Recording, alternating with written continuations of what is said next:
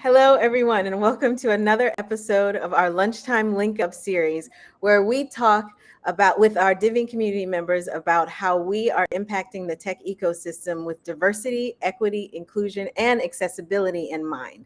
I'm your host, Sharice Luter. I'm the marketing director here at DivInc, and we are about to launch another demo day and on June 30th for our Sports Tech Accelerator here in Houston. And so, you know what that means? We're doing our Meet the Founder series where we're going to talk to each cohort member about what they're up to, what they've been doing for the last 12 weeks, and how they're prepping for demo day and beyond. So today, our first cohort member, who's ready to go, let me tell you, Yeah. Destin with cardio, and I'm going to let him do his own introduction. But let's hear about cardio. Let's hear about Destin. Take it away. Well, thank you for letting me have the spotlight. I usually say save the best for last, but I guess I'll go first this one time. But what's up, DivInc community? My name is Destin George Bell. I am the founder of Cardio, a gamified fitness app turning any type of outdoor walking, running, or biking into areas around town that you can own with your friends and steal from other teams. So the idea of it is basically taking cardio, something that, if we're all being honest, isn't the most fun thing in the world. We look at the data, 80% of people don't get the recommended aerobic exercise daily. Less than 50% of people move more than 30 minutes daily. And I'll be honest with you, I used to play basketball, I used to run cross country, I used to run track. Now that I'm just a casual and my NBA dreams have been dashed, I don't really go out and run often. And the idea came about around the later stages of COVID when it was still quarantine. I had been tired of just sitting in my room and doing circuit workouts and going on walks or trying to convince myself to run. And I was thinking, like, there's got to be a way that I can make this fun. The same way that basketball, the same way that social activities and whatnot get me outside and moving. There's got to be a way I could do that at scale for myself and for other people. And I was thinking, what products do that? And the first one that came to mind was Pokemon Go. I thought about how could we take Pokemon Go and slap that on top of cardio and make it a fun experience. And it turned into Cardio, which is the name of the company. So it's an easy one to remember. Even though the spelling is a little bit interesting because, domains are expensive, everybody. Memorable. Expensive. It's memorable. There we go. Right. Look, cardio straight up was a very expensive domain. So if anybody wants to invest and pay for that, then of course I'll allow you. But that's really where the idea came from. We're going on about a year. Obviously, we're a part of the Sports Tech Accelerator here in Houston. And I am super excited to finish out with you guys and have demo day and knock your socks off for the 30th. So I want to know, what is the experience like? So someone downloads the app, they're an avid cardio, they're a runner, they're already in that space. But what is it? What do they experience? How does it add to that experience and make it a little bit more fun for those who are already in the midst of doing their cardio, but they want to layer on that fun, like you mentioned? So if you've ever used a Nike Run Club, a Strava, any of these type of apps, there's a million of them. You can throw a rock in the app store and hit one on the head. If you use any of those tracking services, they basically allow you to start your run and they'll track your distance, your mile pace, calories, maybe even step count, elevation, whatnot. So it's similar to that where you would be able to track all of that. But in addition, you could join a team. And anytime you move through an area, you would claim that turf on behalf of that team. So let's say we have a team, DivInc, and me, you, Preston, Amanda, Dustin, whoever wants to join our team. They walk around the loop, or they're in Austin, they run down 6th Street, or they're by Relay, or they're wherever it is they go. That area on this map would be owned by DivInc, and DivInc's brand colors and logo would be displayed on that area. Owned by DivInc, captured by Sharice, captured by Destin, captured by Dustin, etc. And then let's say Capital Factory has a team, and somebody on Capital Factory's team could run, walk, bike, paddleboard, cartwheel, whatever they do for outdoor cardio. It'll track that area, and then they would steal it from that team. And then it's like, Destin, you got your territory stolen by Sharice. And I'm like hell, I did. And then we want to build that competitive, collaborative, in general social motivation to get people to move. Where instead of it just being running for running's sake, you're running for an objective, and using that as a way to motivate people to make it a daily habit. They kind of forget that they're working out. That's exactly the way I frame it to people. We're trying to trick you into liking cardio. Yeah. So I want to know, we hear a lot about when venture capitalists talk about, hearing pitches, and when people talk about understanding the company, they want to hear just as much about the company as they do about the founder. So Can we hear a little bit about your story and what brought you to this problem that you wanted to solve? You mentioned a little bit earlier, COVID was kind of played a part in it, but I have a feeling there's a little bit more in there about why you and why now for this particular problem and this particular way to solve it. Yeah, well, your intuition is spot on. So I graduated, I see yours. But so I graduated college, May 2020. As anybody knows who's around, that was not the best time in the world to graduate. So when I graduated, I had a company that I was working on completely separate from cardio, but it was around in-person networking. I would make the argument that was not a good time to be in that market, so that went kaput. So then I tried to get a job, and I was basically unhireable because either companies were on a job freeze, there were more qualified people who were willing to take less money because they were desperate for work, or, and I got this several times, they didn't hire me because they said I was too entrepreneurial to stick around, and they figured you're going to quit as soon as you make enough money to be able to start your own thing. They were right. I know. I was going to say, I mean, they were right, but and that's why I wasn't even mad at them, because like you're definitively right. But could you at least pay me for a quarter? Like, I'll make you the money back. I'm gonna be really good at my job. You're gonna make your money back on whatever you paid, because I'm gonna get those sales in. But regardless, though, so I was very broke. I made some bad decisions in the stock market all that time as well. So I was very broke, living on my dad's air mattress, sleeping in his attic for like 2 months in Kentucky, where I'm from. And then one day I woke up and realized, wow, this sucks. And I'm 20. I was 22 at the time, 23 now. I was like, you know what, dude? My life is still too early in the game for me to be okay with it sucking. And so I literally, a week later, packed up my Kia with as much stuff as one fits in a Kia, which is not much, and then drove to Austin, 16 hours, and I booked an Airbnb on the way. And I've been pretty much doing this entrepreneur thing this whole time. So like I mentioned, I got the idea of cardio while I was in my dad's attic, pretty much thinking, okay, I need to go out and work out. I need to do something, but I can't get myself motivated to do it. And I consider myself a hard worker, a very disciplined person. And even I struggle with that. Even as a former athlete, I struggle with that. And I was thinking, okay, well, there are people who are less disciplined, less athletic, and less in this fitness space who need even more help than I do. And I think if I could solve that problem at scale, that would be something that would do a lot of social good, but also make us a lot of money. And I figured, how could we do both of those things? And that idea kind of germinated over the time I moved to Austin. It was a lot of ups and downs. Like, I remember the very first pitch competition I ever did with this idea. It was still basically unnamed. It was just an idea I had. And I gave my pitch in a long stay hotel with like all of my stuff and my roommate asleep behind me, because I moved with another person, and we moved together, and we slept in a hotel together where it was like no walls. So his bed was right there, and the way the room was set up, anytime I took Zoom calls or meetings or anything like that, he would just be in the background, and he was asleep because it was early. And I was literally pitching the company with like all my clothes behind me and my roommate sleeping in the bed to the side of me in the hotel room. Bounced around a lot during that time, and I've been happy to say that over the last year and a half, I've been able to get my life together. I'm not sleeping in the hotel anymore. I actually just bought a house a couple months ago in Austin, a duplex too, and I rent that out. So I have a side business as a landlord and a real estate owner. I also have a company I do on the side of cardio until it starts paying my bills, which it has not yet. 10K grant is nice, but the bills are a little steep, so we still got to do some stuff on the side, right?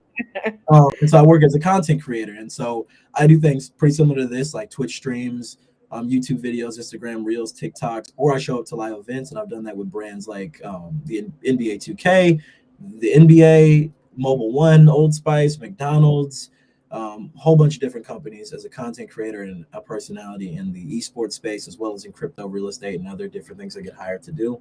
And I also do a little bit of investing and trading on the side. So I try to stay busy, but cardio is my baby. Cardio, yeah. So all of that's been all of those lessons and the things that you're involved in around cardio are informing your ability to build cardio.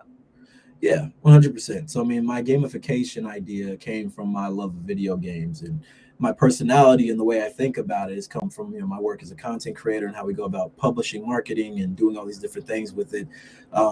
Definitely my extroverted tendencies and my personality have played a big part in selling the vision to people and getting them to join the team, and also seeing what we're going for and getting in front of VCs. So it's all played a part, and it's just been a really interesting journey because when I moved to Austin, I had $2,000 to my name. I had never visited Austin.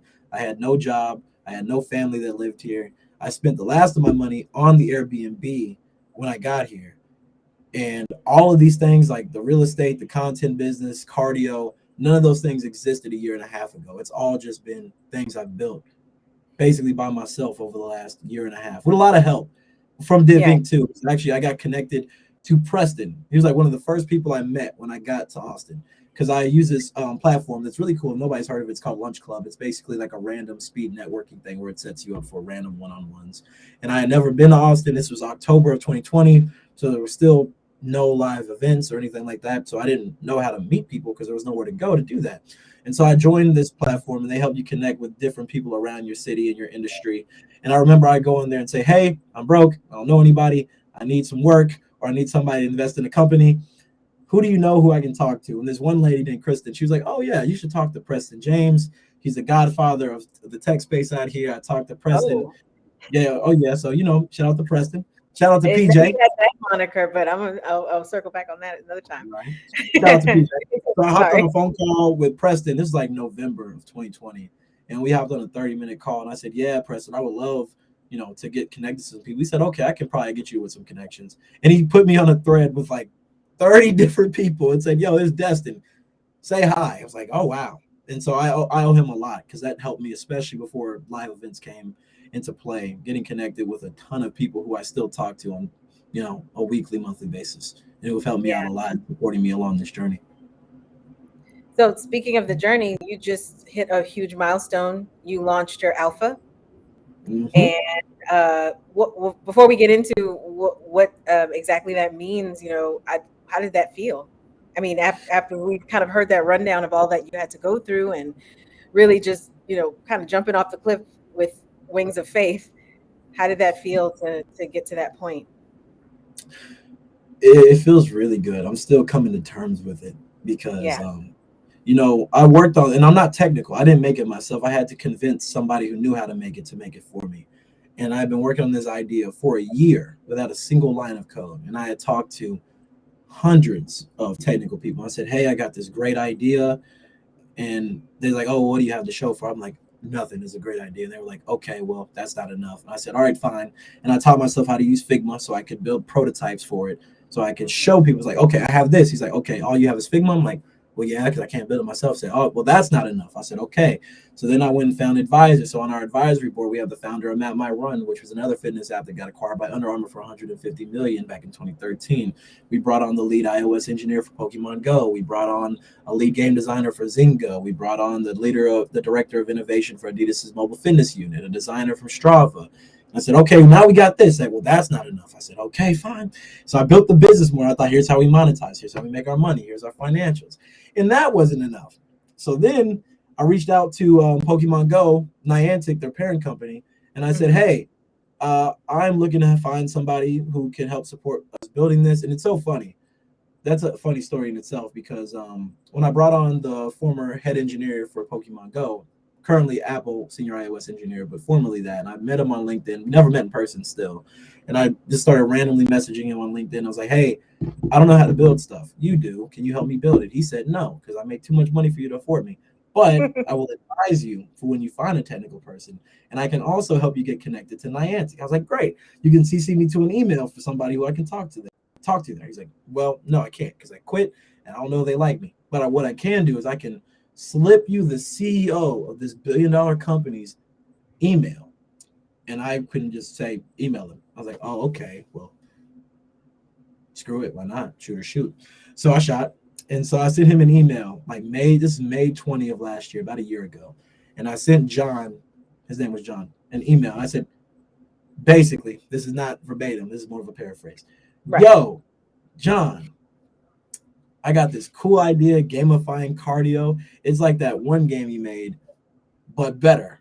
It's like already a bold statement to say. I didn't include a pitch deck. I didn't include our Figma prototypes. I emailed him from an @gmail.com, not even like a domain email, an @gmail.com. email. And I said, hey, John, I would love your help to build this. And then I sent him that one email, and I didn't even send a follow-up email because I thought it was such a shot in the dark. I should focus on something Right. more tangible. And so that was May. Out of nowhere, 2 months later, he responds and says, Destin, this is great. We should talk. So I get on the phone with not even him, with his team members. And then they basically hop on there. And I asked them, why'd you guys get on this call? And they said, oh, because John told us to. They didn't even want to be there. It's like, fair. Got you. I'm here so I don't get Appreciate fired. the transparency. I appreciate you for at least doing this, not telling them no. Glass half full mindset. And then basically we talked. I was like, I can show you guys our deck. I can show you our prototype. They said, no, we don't need to see any of that. I was like, okay, cool. And so then they were like, yeah, we can get back to you in a couple of days on if we think we can move forward with giving you guys a grant or any funding or whatnot. And then that was mid-July. And that 2 days before they got back to me turned into 3 months, radio silence, nothing. And I sent them multiple emails. They didn't respond or anything like that. Then they tried to like send me down this like, not cookie cutter, but they sent me down this one track of like, yeah, we got this program going on in February that maybe you could apply for, so you should just wait.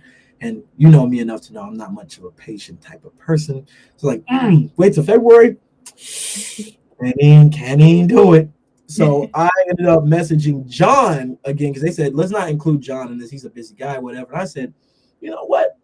Let's get John back in here since y'all want to stop. You don't want to keep playing me. So I got John back in there and see. I'm gonna blow it up. So now you guys are cool. You actually respond. No, yeah, I think we're good. But it sounds like all of these people lined up to end up being the gap that you were saying was filled. This the developer gap that you needed to make the alpha prototype possible. So they gave us, so eventually after all of that, it was a long story after, but they gave us a grant for $50K, and only then could I convince somebody to join. So it was like a year of nothing, and I never got a job during this time, and I was making decent money, as a content creator and doing all my other little investments and stuff. Right. Everybody, my parents, my family, a lot of my friends were like, hey, you've been working on this for a year, you haven't got any meaningful traction yet, you might as well just get a job or double down on your content creator business or just invest or this or that. And so finally getting to a point where we actually have a product, when all of that happened, and it just felt like it would never happen. It was very great. It feels great. Yeah. And I think we're going to make sure to share the information about that new app that people can start using, because people can go on your website and find out more and sign up so that they can be a part of it and join the community and join in your story. I want to talk a little bit about your experience with DivInc and the accelerator and working in cooperation with your fellow cohort members. How has that been? What has been the biggest takeaway so far? We're not done yet, but so far, what's it like? So far, 2/3 of the way through, because this is the end of week 8 of 12 weeks. So 2/3 in, I think I really just appreciate having a community of people who I feel like really want me to win. I think that's something that I've always wanted to have, and I have not been able to find it, because unfortunately in most of my life, the people who I've been around have been very crab in the bucket, and that they want to win and they're willing to do whatever it takes, even if they got to put you down. It's always been a very scarcity mindset group of people I've been around most of my life. And this is one of the first times that I can say I've been, especially with people who look like me, that I feel like we're all in it together. Because I'm not going to lie, when I came into the cohort, and I actually had a talk with Jeremy Gaston with Trainer about this a couple of days ago. And he could tell, like, yeah, everybody knew when you came in, you were here to shut it down. You were here to compete, to be the best. And you wanted to prove it to everybody. You were going to work harder. You're going to kick some ass, all that type of stuff, which I was and still am in a lot of ways. But they made me realize, oh, wow, like I can compete, but we're in this together. We're collaborating. We're building with each other.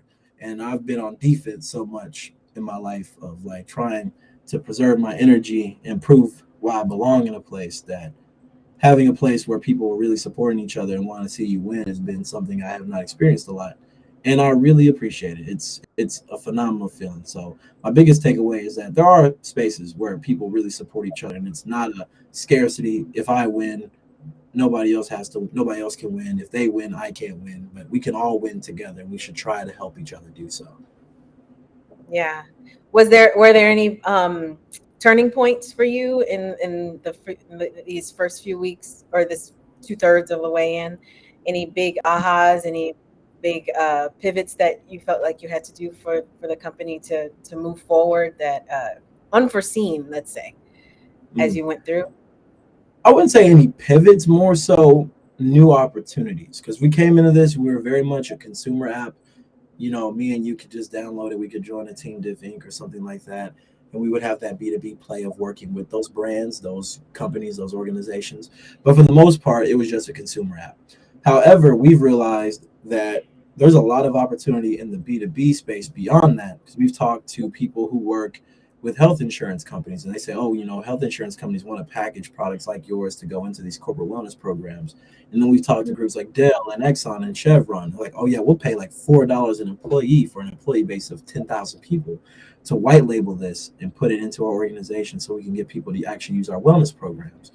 And we've realized that, okay, we could integrate in like anonymous data sets and using that as a way to monetize, where we can create data sets based on, like, if you're 30, live in Houston, and you do these type of workouts, what type of teams do you want to be a part of? What type of workouts are you doing? When are you doing them? How far are you going? We can get health data, location data, all these different things. We can actually turn that into a revenue stream. And all these different things that I didn't think about. I thought we're just going to sell in-game currency, we'll have premium subscribers, and then organizations can form teams. We realized this company could be a lot bigger than we initially even thought it could be. And Yeah. we had a conversation, because I mentioned a lot about Niantic, and it was a very long-winded story, so I apologize about that, because it was a 5 No, it's fine. I just didn't want them calling me. yeah, right, of course. It was like a 5-month escapade. And they invited me and my co-founder out to San Francisco to present our technology and go to a summit that they had. And funny story, that was actually the first time me and my co-founder have ever met in person. He was a guy I messaged cold on LinkedIn who joined the team. Last week was the very first time out of the 4 months we've been working together that we've even met in person. So virtual teams work, people. But we went out there and we pitched to Niantic to invest in our seed, and knock on wood, see what happens there. But they said, ask us all the questions you would typically hear. How are you going to get your first users? How do you monetize? What do you think about XYZ competitor? How are you different? Where do you see yourself in 5 years? And they're like, okay, you gave us all the good answers. We love what you do. We believe in the vision. We like you as a founder and the team you've built.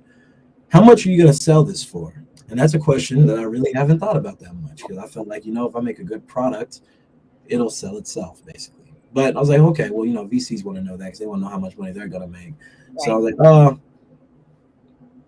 $100 million, $250 million. So the guy who's in charge of the fund, he's like, I think you're thinking way too small. This could be $1 billion, and you don't see it yet. Come back to me when you see the $1 billion exit opportunity. It's like, okay, wow. Challenge. Which is a major challenge. And I've never run from a challenge. And it's like one of those things where, you never see yourself as the kind of person who can sell a unicorn, create and sell a unicorn. It's like one of those things. It's like, oh, these are like the Harvard Yard pedigree proteges. My dad was the head of blah, blah, blah company and connected me to this guy type of people. And I never really thought about that. I grew up like lower middle class / poor in Kentucky. Lived there my whole life. Don't even have a background in tech, really. I just thought it'd be a great place to dip my toes in after I graduated college. And I never saw myself as being a tech billionaire. That just seems weird to me. But people were challenging me and say, like, it's very possible, and you got to open your mind to it. So I think I just look at it in this program, in this opportunity, what we're doing. This program has really helped me open my mind to how big this could be. It can be more than just a way for people to make cardio fun. It could be a really sizable company that does a lot of social good on an international level for companies, for users, for school districts, for cities, even. Like, there's so many things we could do with it. So I'm so excited to be able to, keep pushing it forward. Yeah. Well, as you're preparing for demo day on June 30th and getting ready for the post demo day world, post accelerator world, what's the number one thing? Maybe that was what it was, but what's the number one thing that you're excited about once you're done and you're moving into post accelerator life? I think really just taking all the things I've learned, the connections I've made, the Yeah. partnerships that we've been able to develop, and really get that built into this earliest version of our product and getting it out there. So right now we have our alpha. It's a very small test group, only like 25 people on the alpha. So Mhm. not that many people using it. When we get out of the program, we'll be about a month or two out from when we launch our full-fledged product that everybody can use in certain cities anyway. And I'm really excited to just get that out. We're raising our seed round. We've got a couple of soft commits right now, and hopefully by the time that we get done with the program, we can at least get enough soft commits to be able to close it. I'm giving myself a very high bar to get to $2 million by the end of this month. That's tough. It might not be able to happen, but I say shoot for the stars and Yeah, see you what said you don't run from a challenge, so there we go. I run to them, never from. And Usually, so, and before we close, I do want to ask, you'd mentioned before having to take all these chances, all these risks, and I would imagine there's a lot of founders who are watching this that are in that space right now, and you're kind of the light at the end of the tunnel for them because they're still in the hotel room with the roommate next to them and a pile of clothes, and they're trying to pitch to a VC via Zoom. What would you say to them? What's a message you want to say to them? I would say that more than anything, for the people who are afraid to do it because they would be that guy or girl, I would say do it anyway. I feel like everything in hindsight is just a part of the journey. In that moment when I was broke, because it was like a 2 month period where all I ate was like peanut butter sandwiches. Like that's it for like a month straight. Peanut butter sandwiches and like rotisserie chicken. You can get like 2 pounds of meat for Yeah. $3 at Walmart. And I ate that for like 2 months. And I slept in my car. I slept in a hotel room. I slept in some shoddy Airbnbs, all these different things. And to this day, I still haven't paid myself a dime for cardio. Um, and a part of me, especially back then, was like, is it even worth it? Like, am I even working towards something that's going to make any of this sacrifice worth it? I would say yes. And that is true regardless of if cardio becomes a unicorn or if it fails after we get out of the accelerator. Because the lessons I learned and also the things I taught myself about how resilient and how much I can do no matter what is in front of me is something that whether this fails or is successful, I'm going to take into the next thing I do. So I say for the person who's afraid to take the leap, go for it because you're just going to learn from it. What doesn't kill you makes you stronger, makes you smarter, makes you more agile. So go for it. For the person who is doing that and is questioning if it's going to be worth it, I would also say that's something that you got to figure out for yourself. What do you want? What do you value in this moment right now? I'll never sit here and tell anybody, just keep doing it no matter what. Suffering, not paying yourself, not eating a lot, not sleeping a lot is hard. It's just hard, straight up. And you got to know for you, is that what you actually want to do? Like, what is your why? I would always go back and say, like, what is your why? For me, my why has always been creating generational wealth and leaving a legacy behind that when I die, people who have never met me will remember what I did and have some level of impact, whether they be family who I never met, whether it be generations that came after me who don't have to struggle because I made enough money that the money I passed down generation to generation gives them a strong foundation.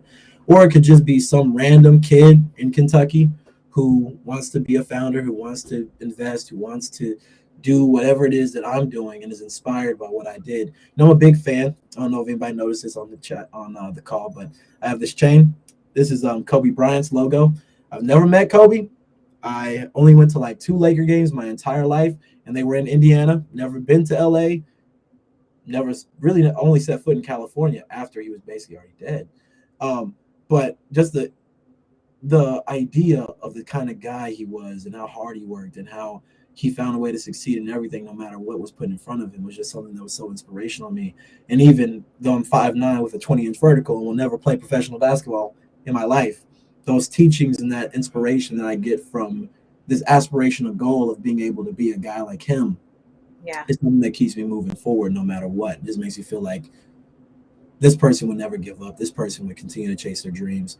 And even in the moments where I'm eating peanut butter sandwiches in my car for 2 months, I realize that I'm doing this for something that's bigger than where I am right now.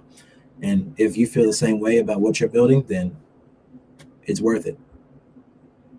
That is the best way for us to close out. Thank you, Destin, thank you for your time. Thank you for, I know you're busy right now preparing and practicing pitches and all of that. So thank you so much for your time. And you will be able to see Destin and the rest of our 5G Sports Tech founders at our demo day on June 30th, done in partnership with Verizon. And make sure to sign up for Cardii's Alpha so that you can find out more information, visit their website. Hit that link. And also make sure to register for demo day so that you can attend here at the Ion in Houston. And that's it for today. We'll have another installment coming up soon, and you'll be able to meet some of the rest of our founders. Thank you so much for watching, and till next time. Bye.